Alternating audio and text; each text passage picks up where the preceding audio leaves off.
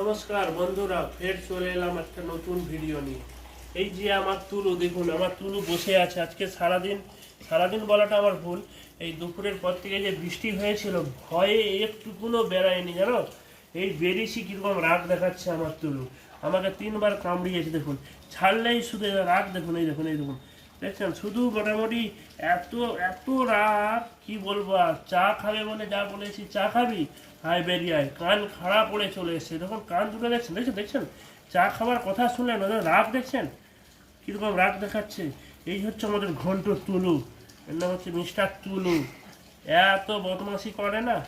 আর আর একটা কথা, আমার তুলু তেল মশলা প্রচণ্ড খায়।